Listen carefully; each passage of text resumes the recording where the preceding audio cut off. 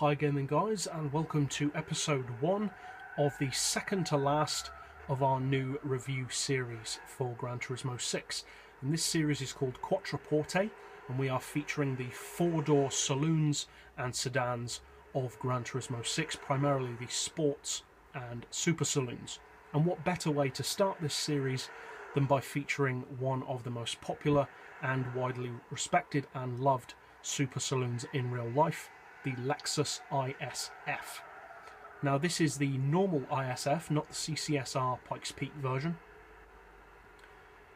And this car was built primarily to take on vehicles such as the Mercedes C63 and the 4-door version of BMW's M3.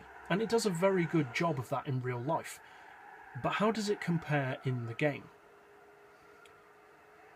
Well, for a start, it's very competitively priced. It is significantly cheaper than many of the other super saloons in the game, especially ones from Mercedes, BMW, etc. It costs just under 77,000 credits, which is very, very good for an executive luxury super saloon. Many of them are a lot more expensive than that. But what does it have to offer for that price? Because being cheap doesn't necessarily make something good. Well, it's rear-wheel drive, it's got a 5-litre naturally aspirated V8, fully tuned, it's putting out just under 800 horsepower, 798 to be exact, and 563 pound-feet of torque, so it does have significantly more horsepower than torque. It also weighs quite a lot less than you'd expect with the full weight loss package. It actually weighs 1,299 kilos, which is very good for a full-size saloon. And thanks to that, and also thanks to its power output, the power-to-weight ratio on this car is a brilliant 614 horsepower per tonne, which is extremely high for a 4-door saloon. So on paper, it ticks all the boxes that you would want. But what's it like in action? Because obviously some cars are good on paper, but when you actually drive them, they're not as good as you expect them to be. So what does this car offer in the real world? Well, in terms of handling, I'm not going to lie, it's not the best. The handling is very fun. It makes an excellent drift car. The handling is very controlled, very composed, and very predictable. So you can plan a fast lap very easily. But the handling does feel surprisingly heavy, to be honest, and that is surprising for a rear-wheel drive vehicle that weighs as little as it does. Now obviously you can adjust that in settings, but I'm just talking about the overall character of the car, and the overall character is that it feels heavy in corners, heavier than it actually is. It actually handles more like an all-wheel drive vehicle than a rear-wheel drive. And it's also slower than some of the all-wheel drive super saloons off the line, as you'd expect, because many of them are all-wheel drive, and some of them, even rear-wheel drive models, are quicker than this off the line.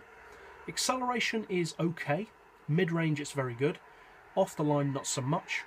The top speed is pretty good, well in excess of 250 miles per hour without NOS, so it is among the quickest of the saloons in the game. But the problem is there are very few tracks where you can actually use that top-end performance. The only tracks where you can get up to that kind of speed are Special Stage Route X and obviously Lasarte. Perhaps the Nürburgring Ring, but mainly only if you're using NOS are you going to get up to those kind of speeds. So on your average track, that top speed advantage means nothing because you can never actually use it. Now, it doesn't fall significantly behind its opponents for acceleration, it's just not as quick as you'd expect from an 800 horsepower car. Now, as I said, the handling is very fun, and it's certainly not a slow car, but it doesn't feel like the most finessed and competition ready of saloons. It's very fun, it would make an excellent drift car, and it's the kind of car which would be great to pull out in a cruise where you just want to enjoy driving. If you're looking to set a lap record or win a race though, not so much. There are quicker saloons out there. Some of them may cost more, but they are out there. Now, an interesting little fact about this car is that it was actually tested in real life prior to production on this very track, Fuji Speedway, and the F in the ISF logo is actually based on the shapes of the main corners of this track. So that's an interesting little bit of pointless trivia for you. But it is, overall, I would say a good car. It's not a great car, but it's definitely not bad. It's good.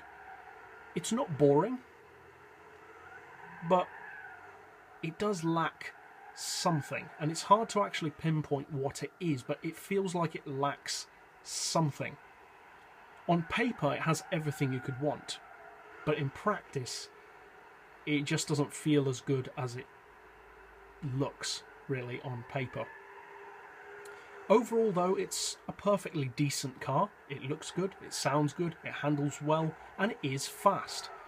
So I would definitely recommend trying this car out at least once, because, as we said, the price is very good, and it is one of the quickest saloons for top speed.